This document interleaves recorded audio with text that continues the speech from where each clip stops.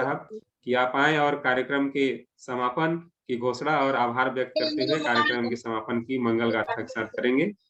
स्वागत है आदरणीय अध्यक्ष महोदय। सभी संत गुरुओं को नमन करते हुए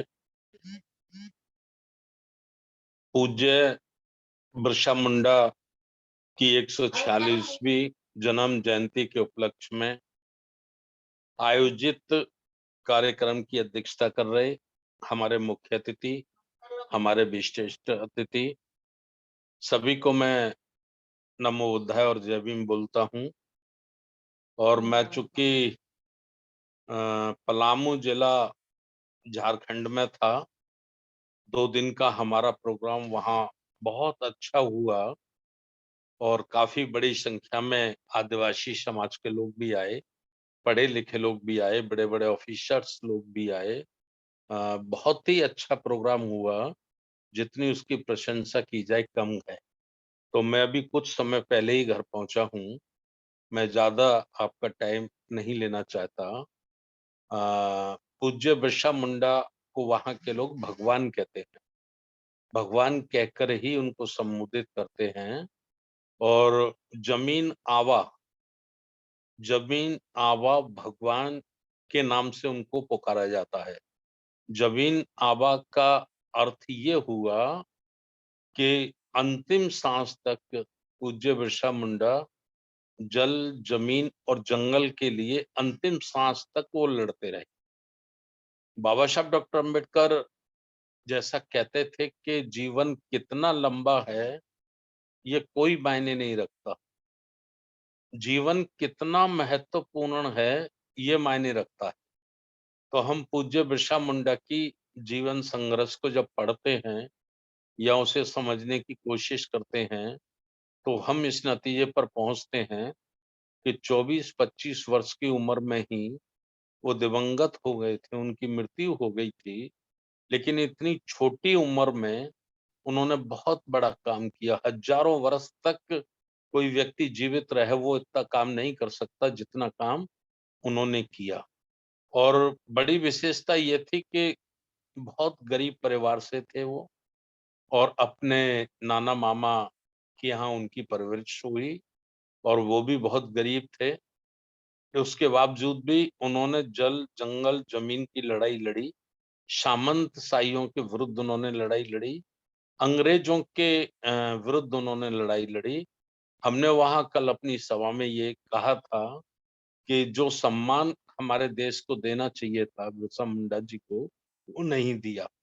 2 सम्मान उन्हें मिलने चाहिए, भारत रत्न से उनका सम्मान होना चाहिए और उनकी जो जीवन संघर्ष गाथा है, उसको पाठ्यक्रमों में शामिल किया जाना चाहिए। ऐसा हमने वहां कल अपनी बात को विशेषता के साथ रखा, जिससे आने वाली जो हमारी जनरेशन है, पाठ्यक्रमों में अगर वो बिरसा मुंडा जी को पढ़ेंगे, तो काफ़ी उनका हौसला बढ़ेगा, मनोबल बढ़ेगा।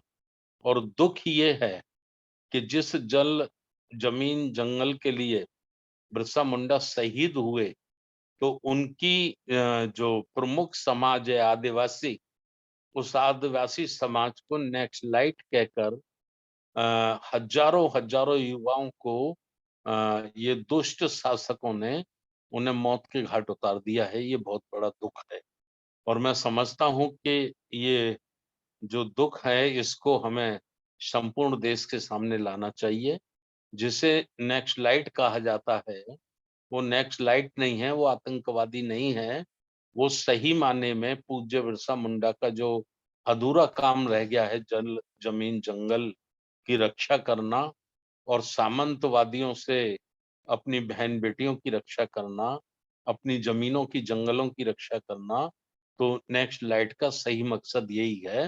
लेकिन उनको नक्सलाइट कहकर, उन्हें आतंकवादी कहकर, तो उनको बहुत बड़ा उस आंदोलन को दबाने की कोशिश की जा रही है। तो मैं ज़्यादा समय आपका नहीं लेता और मैं बहुत देर से जुड़ा, क्योंकि मैं सफ़र में चल के आया हूँ, तो इसके लिए मैं क्षमा चाहता हूँ और पुनः एक बार बिरसा मुंडा जी को उनकी जन्म जयंती के अवसर पर आप सभी को बहुत-बहुत बधाई, धन्यवाद और पूज्य बिरसा मुंडा के चरणों में श्रद्धा सुमन अर्पित करता हूँ। धन्यवाद। नमो बुद्धाय। जय भीम। बहुत-बहुत साधुवाद आदरणीय अध्यक्ष महोदय। आप अपने व्यस्ततम कार्यक्रमों के पश्चात अभी-अभी घर लौटे हैं और सफर के दौरान वैसे भी हम बहुत सारे थकावट का सामना करते हैं। फिर भी आप आते ही हमें अपना कीमती समय दिए। हम पूरे आज जुड़े हुए समस्त साथियों को ओर से आपके लिए हम भी व्यक्त करते हैं और आइए हम लोग अब आज के कार्यक्रम का समापन मंगल गाथा के साथ करेंगे। तो सभी साथी